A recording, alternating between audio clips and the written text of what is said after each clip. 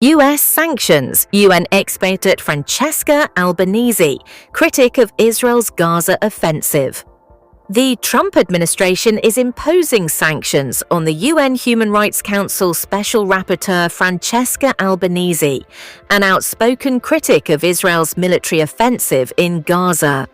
Secretary of State Marco Rubio linked the move to her support for the International Criminal Court, ICC, some of whose judges have already been sanctioned by the US. Rubio said the US was sanctioning Albanese for directly engaging with the ICC in its efforts to prosecute American or Israeli nationals, accusing her of being unfit for service as a UN Special Rapporteur. The sanctions are likely to prevent Albanese from traveling to the US and would block any assets she has in the country. In a post on X, Albanese did not directly address the sanctions, but wrote, "On this day, more than ever, I stand firmly and convincingly on the side of justice, as I have always done." The message, in which the Italy-born Special Rapporteur reposted a thread of support for ICC, said she came from the court's founding country, where lawyers and judges had defended justice at great cost and often with their own life. "I intend to honor that tradition," she added in the post. Albanese declined to comment to the BBC, but was quoted by Al Jazeera as describing the sanctions as mafia-style intimidation techniques. It is the latest escalation by the Trump administration as it wages a campaign against the ICC, having already sanctioned 4 of its judges.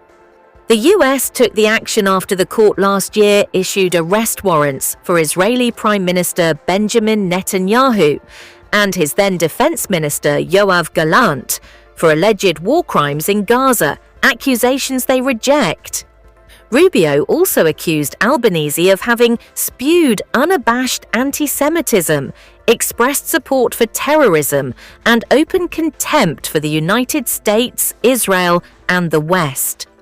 The move is likely to provoke a fierce backlash from those who argue for accountability over the civilian death toll from Israel's military offensive in Gaza.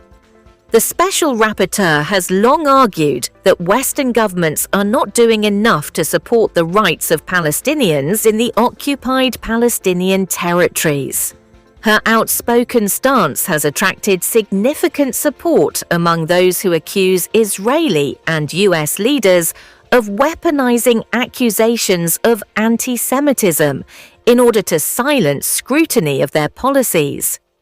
Her critics have pointed to language used in the past by Albanese, including a 2014 comment when she suggested the Jewish lobby was influencing US government decisions when it came to Israel and the Palestinians. She is since reported to have said she regretted the remark, but rejected claims it was anti-Semitic. The head of Amnesty International and former UN Special Rapporteur Agnes Callamard said she was dismayed by the decision to sanction Albanese. Governments around the world and all actors who believe in the rule-based order and international law must do everything in their power to mitigate and block the effect of the sanctions against Francesca Albanese, she said. Rubio said Albanese had shown contempt for the US by writing threatening letters to several US companies, making what he called unfounded accusations, and recommending the ICC pursue prosecutions of the companies and their executives. "We will not tolerate these campaigns of political and economic warfare, which threaten our national interests and sovereignty," Rubio said. Earlier this month, Albanese called on dozens of multinational companies to stop doing business with Israel, warning them they risked being complicit in war crimes in Gaza and the occupied West Bank.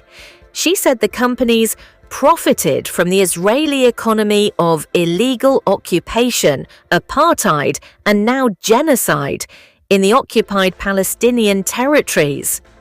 Israel rejected her report as groundless, saying it would join the dustbin of history. Albanese has criticized Donald Trump's plan, announced in February, to take over the Gaza Strip and displace its residents elsewhere. It's unlawful, immoral, and completely irresponsible because it will make the regional crisis even worse, she said in February. The timing of the sanctions announcement is notable, with Netanyahu currently in Washington, where he received an extended honor cordon at the Pentagon on Wednesday.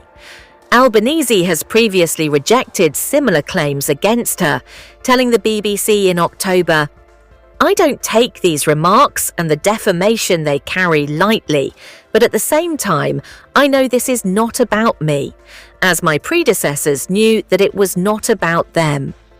I also know these member states, making accusations of anti-Semitism, have done absolutely nothing to abide by international law." Her office has been approached for comment. Some 125 countries are parties to the Rome Statute that established the ICC and are protected by it, as well as bound by their membership to uphold the court's decisions. The US, like I,